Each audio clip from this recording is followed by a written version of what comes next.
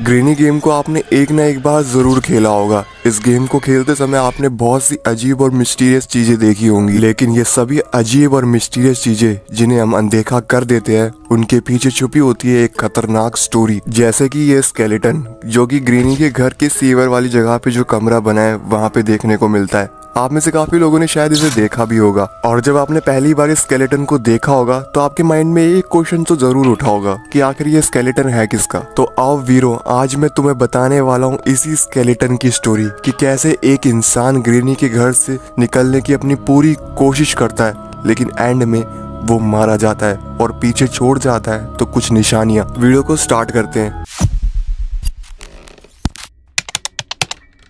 एक बच्चा जिसका नाम एंड्रू था, उम्र सिर्फ 7 साल थी उसकी, जब वो अपने पेरेंट्स के साथ कुछ शॉपिंग करके अपनी ही कार से घर की ओर लौट रहे थे। लेकिन तभी सामने से एक ट्रक उनकी तरफ काफी ज्यादा तेज स्पीड से बढ़ता है। एंड्रू के पापा गाड़ी को साइड कर लेते हैं, लेकिन वो ट्रक जो भी चला रहा था वो जानबूझकर एंड्रू के पापा की कार को आकर ठोक देता है। थोड़ी देर बाद जब पुलिस पहुंची तो उन्होंने देखा कि ट्रक ड्राइवर पूरा नशे की हालत में ट्रक चला रहा था, और जब उन्होंने एंड्रू के पापा की गाड़ी को चेक किया तो उन्होंने देखा कि एंड्रू के पापा और उनकी माँ की उसी टाइम मौत हो चुकी थी। किस्मत से सिर्फ एंड्रू बच गया था। पुलिस वालों ने एंड्रू को रोता हुआ देख उसे तुरंत पहले तो हॉस्पिटल भेजा। उसे कुछ चोटें आई थी, वहाँ पर उसका अच्छे से इलाज हुआ। पूरी तरह से ठीक होने के बाद पुलिस वालों ने एंड्रू को अनाथालय में डाल दिया, क्योंकि एंड्रू का इस दुनिया में और कोई था नहीं। जिसके बाद एंड्रू अनाथालय में ही बाकी बच्चों के साथ बड़ा हुआ। तकरीबन 12 साल बाद एंड्रू अनाथालय से निकला और अपने उसी पुराने घर में रहने लगा जहाँ पर वो अपने पेरेंट्स के साथ रहा करता था। उसका घर काफी टाइम से बंद पड़ा था, तो अंदर काफी गंदगी हो चुकी थी, तो उसने साफ सफाई करी और वो उसी घर में रहने लगा। साथ में उसने एक छोटी जॉब भी पकड़ ली। अब 1 साल हो चुका था इस घर के अंदर रहे हुए, लेकिन इस घर में रहते हुए उसको अपने पेरेंट्स की काफी ज्यादा याद सताने लगी। वो अकेलापन उसे खाता रहा। वो अपने माइंड से उस भयानक हादसे को नहीं निकाल पा रहा था जो उसके साथ और उसके पेरेंट्स के साथ हुआ था। तो अब इन चीजों को कम करने के लिए वो डिसाइड करता है कि क्यों ना कुछ दिनों के लिए वो नेचर के बीच में रहे, मतलब कि कैंपिंग के लिए जंगलों के अंदर जाए। लेकिन ये डिसीजन इसकी लाइफ का सबसे बुरा डिसीजन था, वो तुम्हें आगे पता लग ही जाएगा। मई 18, 2002 इस दिन एंड्रू अपनी जॉब से छुट्टी लेता है और अपना सारा सामान पैक करके अपनी गाड़ी में लोड कर लेता है। पहले एंड्रू डिसाइड नहीं कर पा रहा था कि उसे कौन से जगह पर कैंपिंग करनी चाहिए, लेकिन उसे एक जंगल के बारे में पता लगता है जहाँ पर ज्यादा लोग नहीं गए हैं। तो एंड्रू डिसाइड करता है कि वो भी उसी जंगल में कैंपिंग करेगा और कुछ दिन तक वहाँ पर रहेगा। लेकिन वो जंगल काफी ज्यादा दूर था, वहाँ पहुँचने में ही काफी टाइम लगने वाला था। तो एंड्रू जल्दी से अपना सामान पैक करके निकल पड़ता है उस जंगल की ओर। अब उस जंगल तक पहुँचने में ही रात के 10 बज चुके थे, और इस बार उसे काफी ज्यादा डर भी लग रहा था, क्योंकि उसके आसपास कोई भी कार नजर नहीं आ रही थी। जहाँ उसे पहले कुछ कारें नजर आ रही थी, लेकिन इस बार अंधेरे के सिवाय उसे कुछ भी नजर नहीं आ रहा था। फाइनली वो उस जगह पे पहुंच जाता है जहाँ पर उसने कैंप लगाना था, लेकिन उसने देखा कि जहाँ पे वो कैंप लगा रहा था उसकी कुछ ही दूरी पर एक घर बना हुआ था। देखने से तो ऐसा लग रहा था कि इस घर में कोई नहीं रहता, बाहर से काफी ज्यादा पुराना था। लेकिन एंड्रू को ऐसा लगा कि शायद उस घर में अभी भी कोई रहता होगा, तो उसने अपनी कैंप वाली जगह को शिफ्ट कर लिया, क्योंकि वो नहीं चाहता था कि उस घर में रहने वाले लोगों को कुछ परेशानी हो। तो उसने अपनी कैंपिंग की जगह बदल दी। वो उस पुराने से घर के कुछ ही दूरी पर अपना कैंप लगा लेता है और अच्छे से एक रात बिता लेता है। अगली रात जब वो खाना खा के दोबारा से सोने के लिए अपने कैंप के अंदर गया तो उसे अपने टेंट के बाहर से किसी के चलने की आवाज आई और किसी के अजीब से हंसने की आवाज भी आ रही थी।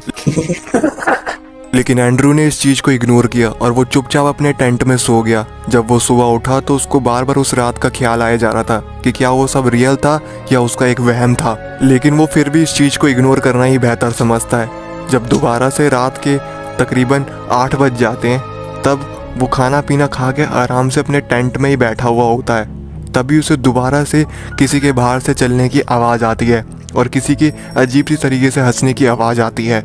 इस बार एंड्रू काफी ज्यादा डर चुका होता है। धीरे धीरे अब बारिश भी शुरू हो चुकी थी, लेकिन बाहर से चलने की और हंसने की आवाज अभी भी नहीं रुक रही थी। एंड्रू हिम्मत करके अपने टेंट से बाहर निकलता है, लेकिन उसे आसपास कोई भी नजर नहीं आता। लेकिन उसके आसपास से अभी भी हंसने की आवाज आई जा रही थी। एंड्रू अब इस चीज को देखकर काफी ज्यादा डर जाता है और वो डिसाइड करता है कि अब वो इस जगह पे ज्यादा देर नहीं रुकेगा। उसने जल्दी से अपना सारा सामान पैक किया और गाड़ी में रखा, और जैसी गाड़ी स्टार्ट करने के लिए वो बैठा गाड़ी के अंदर, तभी उसके आसपास दोबारा से चलने की और हंसने की आवाज़ आ रही थी। उसने गाड़ी जल्दी से स्टार्ट की, लेकिन गाड़ी इस बार स्टार्ट ही नहीं हो रही थी। एंड्रू को कुछ भी समझ में नहीं आ रहा था कि अचानक से उसकी गाड़ी को क्या हो गया। वो बार बार अपनी गाड़ी को स्टार्ट करने की कोशिश करता है, लेकिन उसकी गाड़ी स्टार्ट ही नहीं होती। एंड्रू अब काफ़ी ज़्यादा टेंशन में आ चुका था, क्योंकि इस गाड़ी के सिवाय जंगल से बाहर निकलने का और कोई रास्ता नहीं था। लेकिन तभी उसे याद आया कि उसके कैंप की कुछ ही दूरी पर एक घर बना हुआ था।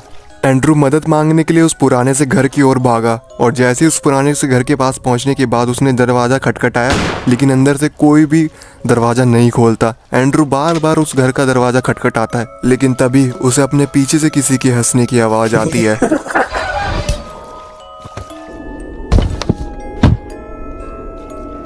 एंड्रू की जब आँख खुली तो उसने देखा कि वो एक बहुत ही गंदे कमरे में था, और उस कमरे से काफ़ी ज़्यादा बदबू आ रही थी। एंड्रू ने अपने सर पे हाथ लगाया तो उसके सर से काफी ज्यादा खून निकल रहा था। गेम में भी आपको एंड्रू का खून इस जगह पे देखने को मिलेगा। बाद में एंड्रू को पता लगा कि एक बूढ़ी औरत जिसका ये घर है, उसने इसे यहाँ पर बंद कर लिया है। जिसके बाद एंड्रू उस घर से निकलने की बहुत कोशिश करता है, लेकिन वो निकल ही नहीं पाता, क्योंकि ग्रीनी उसे अधमरा कर देती है। ग्रीनी एंड्रू को इसलिए जान से नहीं मारती क्योंकि वो एंड्रू की सोल को अपने अंदर एब्जॉर्ब करना चाहती थी, और उसके लिए वो एक रिचुअल परफॉर्म करती है जिसमें 5 दिन लगते हैं। इसलिए ग्रीनी उसे अधमरा कर देती है, जिससे कि वो इस घर से बाहर ना निकल पाए। लेकिन एंड्रू ग्रीनी के घर से भागने की पूरी कोशिश करता है, लेकिन वो इतना जख्मी हो चुका था कि वो आखिर में सीवर वाली जगह पर अपना दम तोड़ देता है। लेकिन मरने से पहले एंड्रू हमारे लिए कुछ छोड़ के जाता है। अगर आप गेम में इस जगह पर जाओगे तो आपको यहाँ पर एक लकड़ी का फट्टा मिलेगा, जिसपे लिखा है कि मैं यहाँ पर 5 दिनों से फंसा हूँ और शायद ही अब मैं बच पाऊंगा। एंड में वो एक छोटा सा हिंट भी देता है, जिसमें बताता है कि ग्रीनी फ्रूट्स के अंदर कुछ छुपा के रखती है। तो ये थी स्केलेटन की स्टोरी। अगर अच्छी लगी तो वीडियो को लाइक कर देना, और कमेंट में मुझे बताना कि नेक्स्ट कौन सी हॉरर गेम की स्टोरी तुम्हें देखनी है।